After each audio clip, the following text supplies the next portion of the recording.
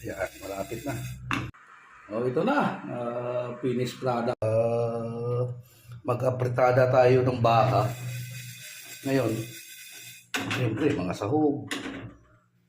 Ayan pa din. Carrots at saka patatas. Siyempre, bell pepper, may kamatis kaunti, bawang, sibuyas. Pero ito, kunin natin to, i-pressure cooker natin ng mga 40 minutes or 30 minutes. Depende mamaya kung kuha ng paglambot niya. Ngayon, ang pinakasarsa natin, nagsangag ako ng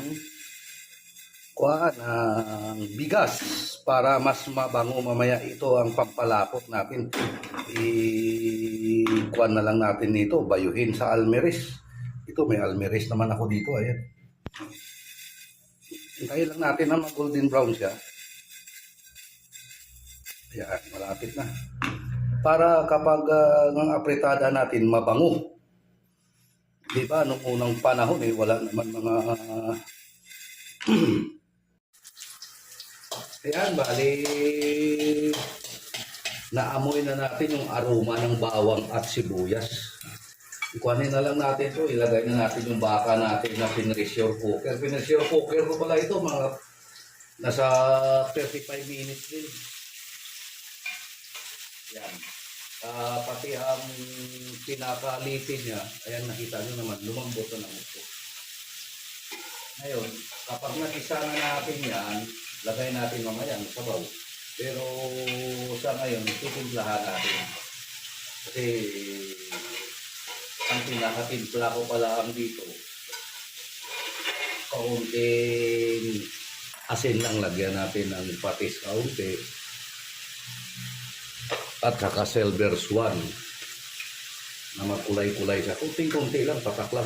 Tapos, yung magic sarap natin. Yan.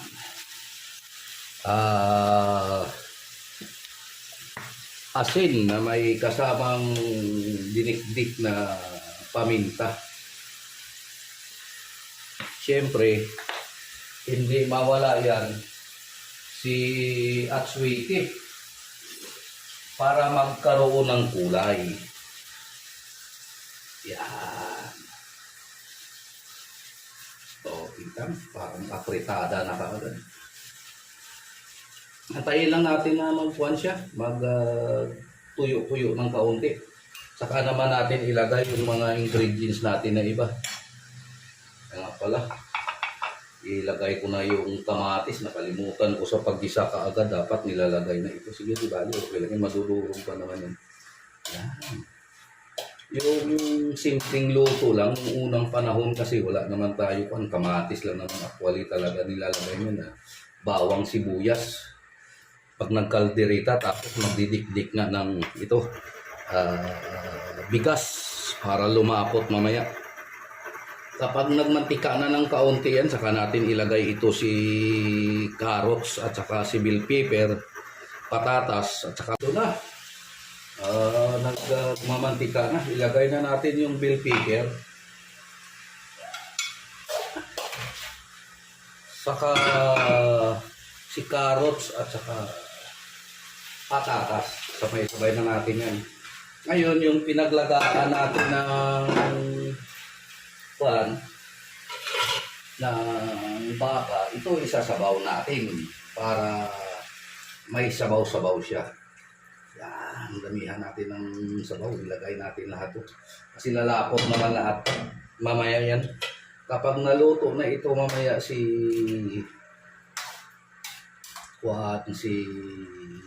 carrots at saka patatas, lagyan na natin ng sarsa.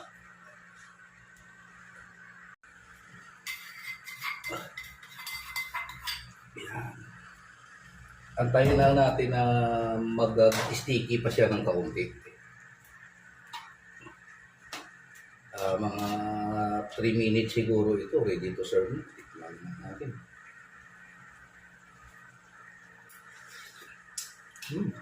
Ang bago ng ng bigas.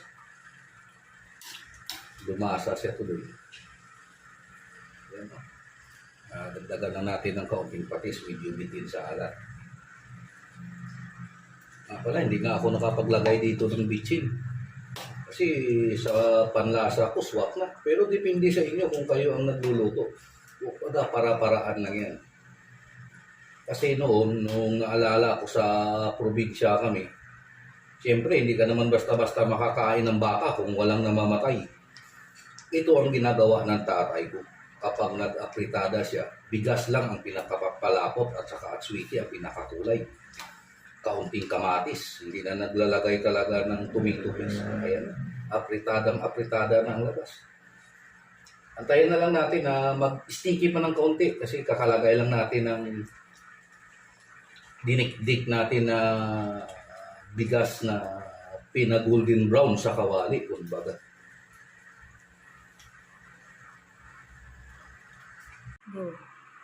Oh, ito na, finished product natin. Ang lapot ng sabaw natin, no? At saka naaamoy ko yung dinikdik natin na yung golden brown na bigas. Tikman natin. Ang bango. Ito simple lang ng luto. Na lalasahan natin ang texture ng ginawa natin na sarsa sa bigas. Tingnan natin yung mga lipid-lipid ito.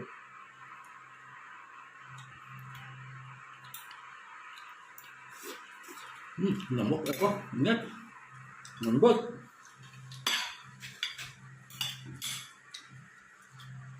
Sarap. Halina kayo, kain tayo. Pati yung karot at patatas natin, lumambot ng gusto. Kita nyo ang sabaw.